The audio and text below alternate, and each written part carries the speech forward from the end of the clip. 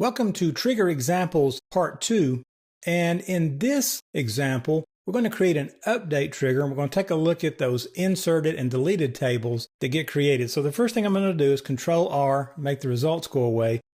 Then I'm just going to get Control-A here and hit Delete and get a clean slate to work with. So the first thing I want to do here is create my update trigger. So I'm going to do a create trigger, and by the way, all this code in Part 1 and Part 2 are out there in your working files folder. So just go out there and look for the .sql file that's entitled Trigger Examples, or something very close to that. So I'm going to create a trigger called modx, and I'm going to say on, so modify example, on the trigx table that we created in Part 1 of this video. And notice I'm going to say for update. So inserts won't fire it, deletes won't fire it, but updates will fire this.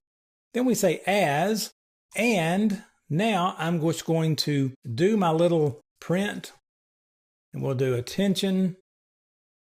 We'll do another print, and we'll say a row was modified in the trigx table. And again, this is not really useful for most things, but it does show up out there on the messages tab, and it does let us know for sure that our trigger was actually triggered and it ran. So now let's put us a select statement in here. We're going to now select, and we're going to put a column out there, a literal.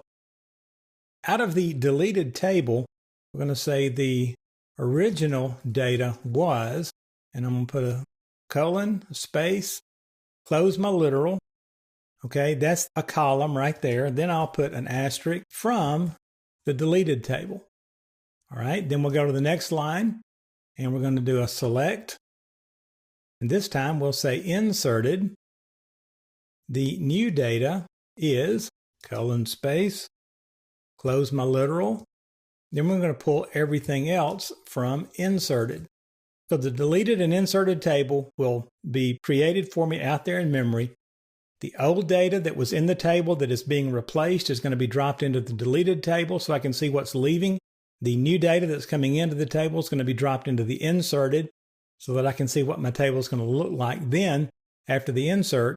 And then I'm just going to do a straight up select everything from trigx because that's the table that we're actually modifying, right? So let's create our update trigger. So I'll highlight all of my create trigger statement, hit execute, command completed successfully. So we have our trigger. I hit Control-R to clear off my results report there. And now let's create our update statement. We're going to update trigx. We're going to set last name.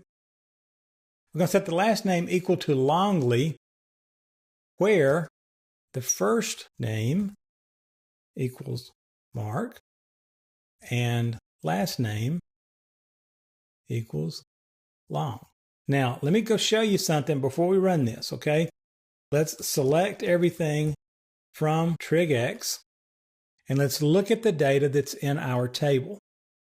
Because in Part 1, I actually did 2 inserts, and so I'm going to have 2 Mark Longs in here. So this is going to update both of those Mark Longs, okay?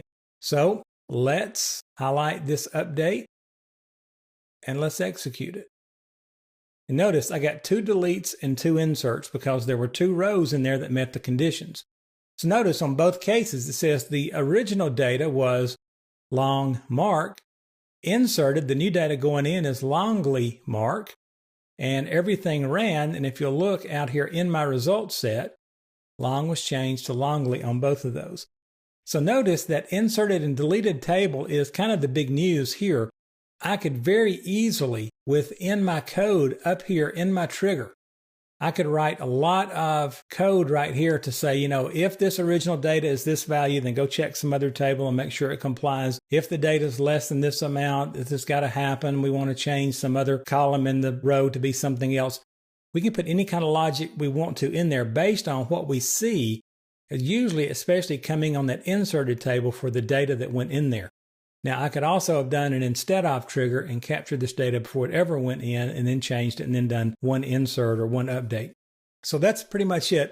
That's the simplest example I can come up with for working with these triggers, working with this deleted and inserted table so you can get it and see what's going on there. Triggers are absolutely fantastic. Try to not use triggers when you can take care of the situation with a simple constraint or those sorts of things. But anytime you're trying to go across tables, especially across databases, triggers are fantastic for that. So anyway, that's kind of the lowdown on triggers.